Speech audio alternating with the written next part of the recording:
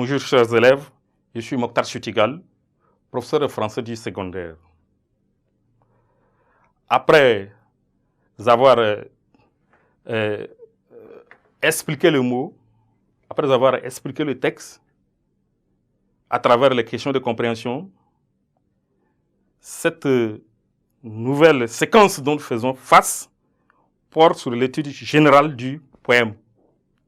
Il faut se dire que ce poème fut écrit lorsque Alphonse de Lamartine était secrétaire d'ambassade en Florence, en Italie, loin du village où il a passé les plus belles années de son enfance.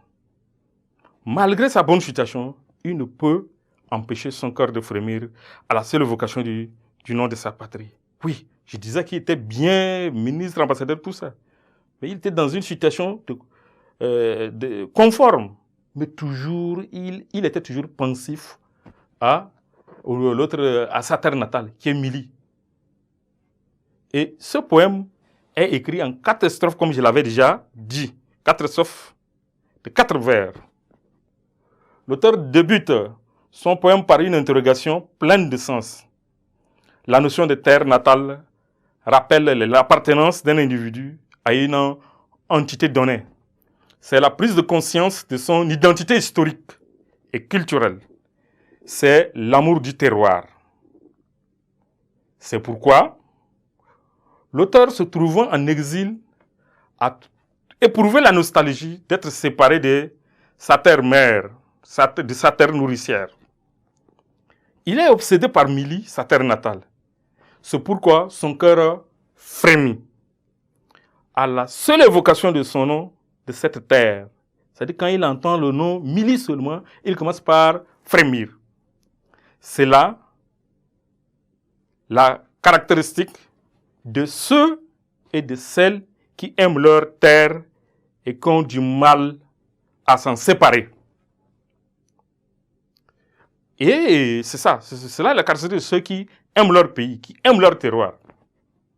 Dans le premier quatrain, c'est le malaise de l'auteur à l'évocation du nom de sa patrie. Ce quatrain dégage un sentiment de tristesse. Le poète compare la patrie à la voix d'un ami. Vous voyez? C'est intéressant. Hein? Dans le deuxième quatrain, c'est la vision lointaine de l'aspect physique de la terre natale imaginative qui le rapproche de sa patrie. Dans le troisième quatrain, c'est l'énumération des objets de Milly. Mais cette fois-ci, les objets portant sur les empreintes de l'homme. Il évoque ici l'eau, parce que l'eau, ici, c'est la vie. Même si elle se fait rare, il a quand même énuméré. Enfin, dans le dernier quatrain, le poète s'interroge sur le pourquoi de son amour à l'endroit des objets inanimés. Lui-même, il commence par s'interroger. Hein. Pourtant, il a cet amour, mais il ne comprend pas. Donc, il commence par s'interroger. Et il intervient en apostrophant ces objets imaginés en leur donnant une âme. Bref, dans ce poème, Alphonse de Lamartine prouve son amour pour sa terre natale.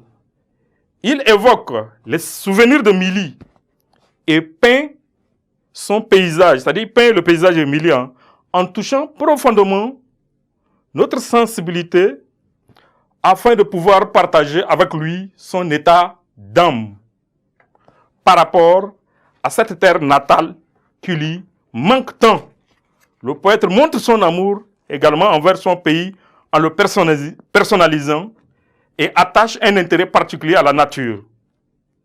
Progressivement, il touche de loin à tous ces aspects.